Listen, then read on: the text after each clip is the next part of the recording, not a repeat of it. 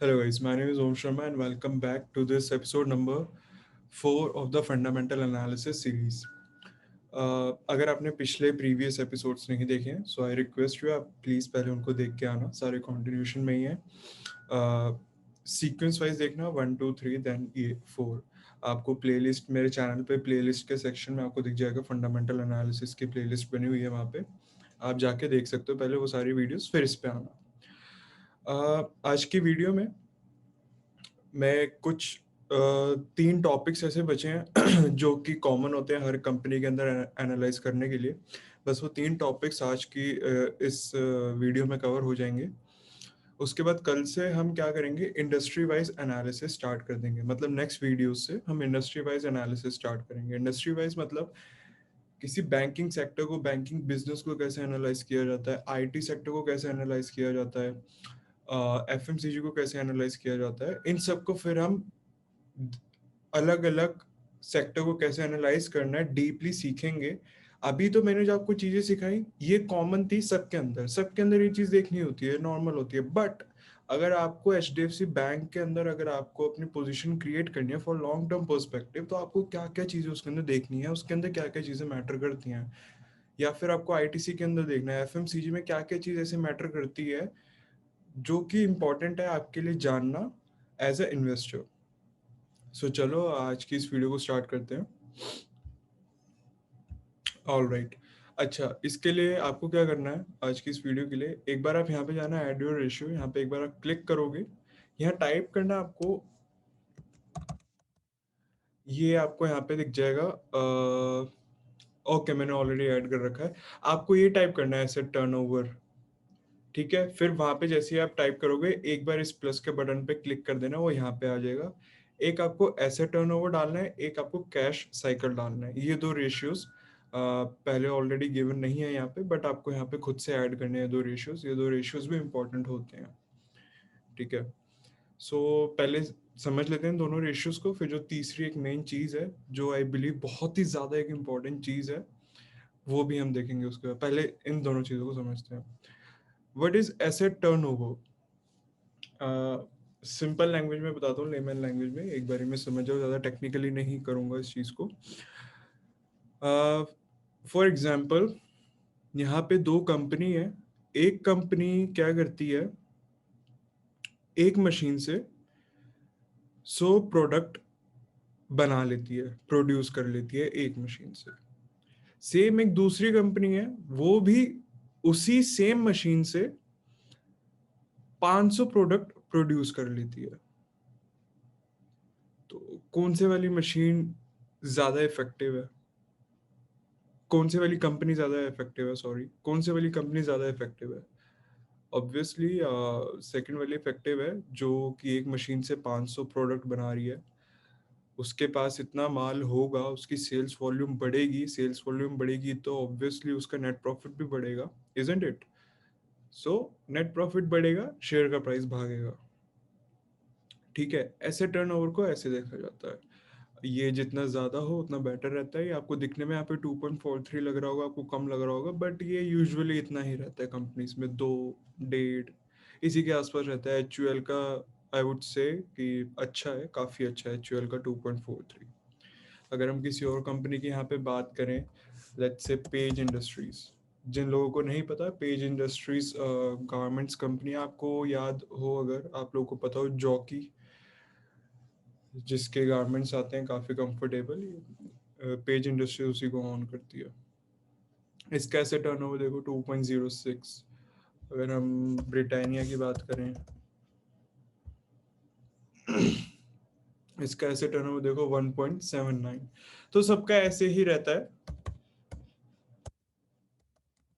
1 2 के आसपास ही रहता है। इसलिए मैंने बोला कि ये ज़्यादा बढ़िया है हिंदुस्तान का, दिखने में जो लग रहा है हिंदुस्तान का काफ़ी अच्छा है, ठीक है। आई होप ऐसे टर्नओवर आपको समझ आ गया होगा, ज़्यादा कुछ इसमें टेक्निकल नहीं था, एकदम सिंपली मैंने आपको बताया। अब बात आती है दूसरी चीज़ की, कैश साइकिल, और ब्रैकेट में डेज लिखा है, समझाता हूँ।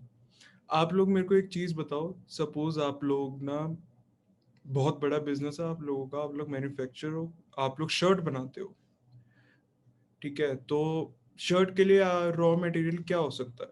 शर्ट के लिए रॉ मटेरियल हो सकता है कपड़ा, बटन्स हो सकते हैं, ठीक है, ये रॉ मटेरियल है। तो आप लोग मुझे एक चीज बताओ, जब आप ये चीजें रॉ मटेरियल अपने लिए परचेज करोगे, ऐसा तो है नहीं कि बहुत छोटी क्वांटिटी या नॉर्मल क्वांटिटी, नहीं, आप मैन्युफैक्चरर, आप बहुत बड़ी क्वांटिटी, बहुत बल्क में आप अपना ऑर्डर प्लेस करोगे। तो ऐसे में क्या होता है, ऐसे नहीं होता कि पूरा सबका जितना भी आपने ऑर्डर मंगाया आप सारे पैसे उस टाइम पे दे दो, ऐसा नहीं होता। किसी भी बिजनेस में ऐसा नहीं होता। एक टाइम दिया जाता है, बोला जाता है कि सर मैं 40 दिन में दे दूंगा, मैं आपको 30 दिन में पैसे दे दूंगा, और उस पर एग्री भी किया जाता है, दोनों पार्टीज उस पर एग्री करती हैं। तो कैश साइकिल का यहाँ पे क्या काम है, सपोज आपका मैन्युफैक्चरिंग का काम है, आप शर्ट मैन्युफैक्चर करते हो, आप लेके आए, आपके पास सामान आ गया, उधार पे आपके पास सामान आया है, 10 दिन में आपने वो बना ली शर्ट, आपका प्रोडक्ट तैयार हो चुका है 10 दिन में, 20 दिन में वो सारा प्रोडक्ट बिक चुका है, टोटल 30 दिन लगे आपके पास कैश आने में। तो आपकी कैश साइकिल यहाँ पे हुई 30। क्या बोला मैंने? आप मैन्युफैक्चरर हैं किसी चीज के, आप शर्ट के मैन्युफैक्चरर हैं, आपने उधार पे सामान ले लिया, अब कपड़ा वपड़ा काट के टेलरिंग वगैरह सब कुछ करके 10 दिन में शर्ट पूरी तैयार होगी, पैक वैक हो गए, तैयार है, सारी शर्ट्स तैयार है 10 दिन के अंदर, 20 दिन में वो सारी शर्ट्स बिक भी गई, 20 दिन के बाद आपके पास पैसे, टोटल 30 दिन के बाद आपके पास पैसे आ चुके हैं। तो 30 यहाँ पे हुआ आपका कैश साइकिल। एचयूएल के केस में ये नेगेटिव है, मतलब ये क्या हुआ यहाँ पे? बताता हूँ। एचयूएल रिनॉन कंपनी है, एक वेल नोन कंपनी है, बहुत अच्छा इसका गुडविल है। तो गए होंगे, इनको अपने कुछ रॉ मटेरियल्स की जरूरत पड़ी होगी, तो ये गए, इन्होंने बोला ऐसा है सर, आप मेरे को सामान दो, मैं आपको 90 डेज में पैसे दे दूंगा, ठीक है, 90 डेज में पैसे दे दूंगा, ये बोला एचयूएल ने, ठीक है। होता क्या है, एचयूएल अपना प्रोडक्ट वगैरह बनाता है, प्रोडक्ट बना के उसको सबको बेचने में जितना भी टोटल टाइम लगता है, लेट से 29 डेज में सब सामान बिक जाता है, बन के सब सामान बिक जाता है। एचयूएल ने बोला कितने दिन में था? 90 डेज में। इस चीज को ध्यान से सुनना, 90 डेज में। कैश इसके पास कितने दिन में आ गया? 29 डेज में। तो यहाँ पे कैश साइकिल क्या होगी? 29 - 90, यानी -61, ठीक है। इसका मतलब 90 दिन का जो बोला गया था उससे पहले ही आपके पास कैश आ गया। जितनी भी अच्छी कंपनीज होती हैं उनका ये बहुत कम होता है। एचयूएल एक बहुत ही ज्यादा अच्छी कंपनी है, इसलिए इसका नेगेटिव है। आपको हर कंपनी में नेगेटिव नहीं दिखेगा, बट हाँ, ये जितना कम हो उस कंपनी के लिए उतना अच्छा होता है कि ऑब्वियसली यार, ये जितना ज्यादा होगा मतलब कंपनी के पास इतने टाइम बाद पैसा आ रहा है, ये भी तो सोच के देखो। किसी का, सपोज करो किसी का 180 है, मतलब 6 महीने बाद पैसा आता है कंपनी के पास। कंपनी 6 महीने में, एक बारी में जो कंपनी ने सामान बनाया वो कंपनी उसको सिर्फ 6 महीने में बेच पा रही है। 6 महीने बाद कंपनी के पास पैसे आ रहे हैं उस प्रोडक्ट के, ठीक है। तो ये जितना कम हो उतना बढ़िया रहता है। इसके एचयूएल के केस में नेगेटिव है, क्योंकि ये जो अपना टाइम देते हैं उससे पहले इनका सारा सामान बिक जाता है, तो इसलिए नेगेटिव में है, ठीक है। आई होप आपको ऐसे टर्न ओवर समझ आया होगा, आपको कैश साइकिल समझ आई होगी, ओके। अब हम एक मेन चीज सीखेंगे। अगर आपको याद हो, प्रीवियस वीडियो में मैंने आपको ROE बताया था, और बताया था उसमें मैनिपुलेशन कैसे होता है, ठीक है। आज भी मैं आपको एक ऐसी चीज दिखाऊंगा कि कंपनी कैसे अपने नेट प्रॉफिट्स को मैनिपुलेट करती है। कंपनी बता तो रही है उसके पास इतना नेट प्रॉफिट है, इतना पैसा है कंपनी के पास, पर असलियत में कितना है वो कैसे पता चलता है, वो हम आज के सेशन में सीखेंगे। यहाँ पे आई होप वो दोनों चीज आपको समझ आ गई होंगी। अब आपको ऊपर आना है, ठीक है, P&L पे यहाँ पे एक बार आपको क्लिक करना है, नीचे आ जाओगे आप, ठीक है। ये नेट प्रॉफिट का सेक्शन है। यहाँ पे आपको प्रीवियस 5 साल का नेट प्रॉफिट दिख रहा है, ठीक है। आपको क्या करना है, इन सबको ना ऐड करना है, ठीक है, इन सबको अगर ऐड करते हैं तो ये निकल के आएगा 4 4 8 8 5 13 13 6 19 और 19 और 6, ये लगभग 26,000 के आसपास बैठेगा। ठीक है, रफली हमने ऐड करा 26,000 बैठ रहा है, लगभग 26,000 करोड़ का प्रॉफिट पिछले 5 सालों का बैठ रहा है। आपने नेट प्रॉफिट को ऐड कर लिया, अब आपको नीचे जाना है, ये कैश फ्लोज आ जाएगा यहाँ पे। यहाँ पे आपको क्या करना है, यहाँ पे ना आपको ऑपरेटिंग कैश फ्लो है, ठीक है, ये भी पिछले 5 साल का गिवन है, आपको इसको भी ऐड करना है पांचों को। तो ऐड करते हैं यहाँ पे, राउंड ऑफ कर लो, पूरा 4,000 हो गया, ये भी 5,000 हो गया, 4 और 5 9,000, 9 ये भी 6,000 हो गया, 11,000, 11,000 प्लस 5 कितना हो गया ये 16,000, 16,000 प्लस 7 ये हो गया हमारा 23,000, इसके अंदर 1,000 और प्लस कर दो तो ये निकल के आ रहा है 24,000। ये कितना निकल के आया था अभी नेट प्रॉफिट, ये आई बिलीव कुछ आया था 26,000 के आसपास आया था, ये निकल के आ रहा है 24,000, 26,000 ही था ना ये नेट प्रॉफिट। 4 4 8 8 13 13 और 6 19 19 और 6, हाँ ये 26,000 निकल के आया, 26,000 करोड़। और ये निकल के आया कितना, ये निकल के आया 24,000 करोड़।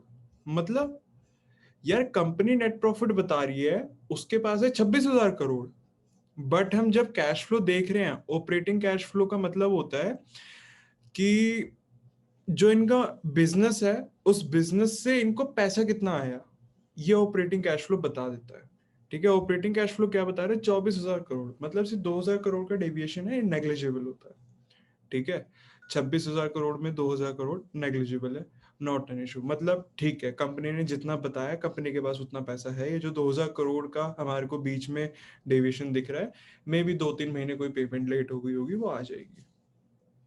ऑल राइट, ठीक है, तो इससे पता चलता है कि कंपनी जितना नेट प्रॉफिट शो कर रही है यहाँ पे, क्या असलियत में कंपनी के पास उतना पैसा है। वो कैसे निकलेगा, नेट प्रॉफिट को आपको पिछले 5 साल का ऐड करना है, ऑपरेटिंग कैश फ्लो पिछले 5 साल का ऐड करना है, उससे आपको पता चल जाएगा।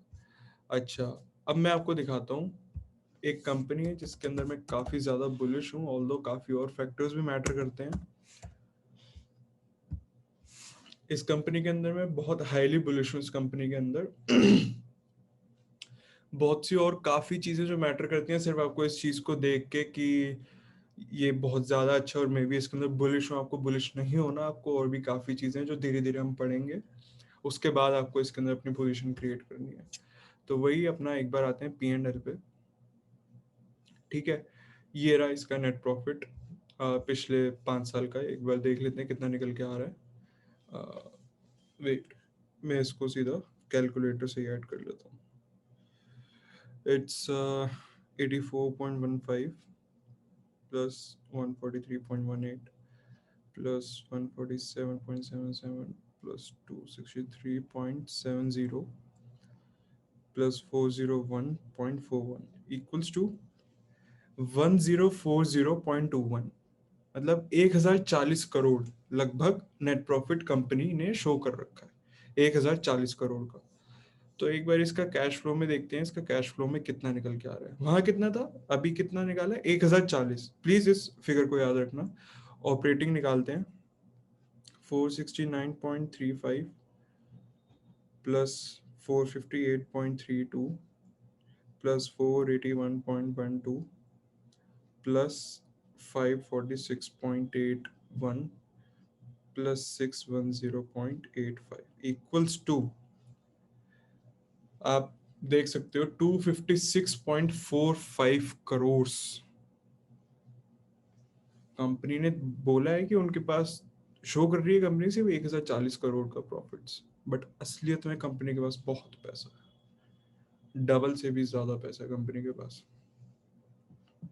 ठीक है, एक ये रीजन भी है कि मैं इस कंपनी के ऊपर हाईली बुलिश हूँ, बाकी और भी बहुत से रीजन है इस कंपनी के पास। मैं लिटरली बहुत ज्यादा बुलिश हूँ इस कंपनी के अंदर में, मैंने इसको काफी नीचे के लेवल से उठाया हुआ है, 80 रुपीज के लेवल से ये कंपनी मेरे पोर्टफोलियो में अभी ये 130 पे चल रही है। ठीक है, सो ऐसे ही आपको पता चल जाएगा कि कौन सी कंपनी सच बोल रही है, कौन सी कंपनी झूठ बोल रही है। जैसे इस सिनेरियो में कंपनी झूठ तो बोल रही है बट ये पॉजिटिव वे में झूठ बोल रही है, ठीक है। कुछ और भी कंपनीज हम देख सकते हैं, जैसे कि आई शो यू, एक ये कंपनी है,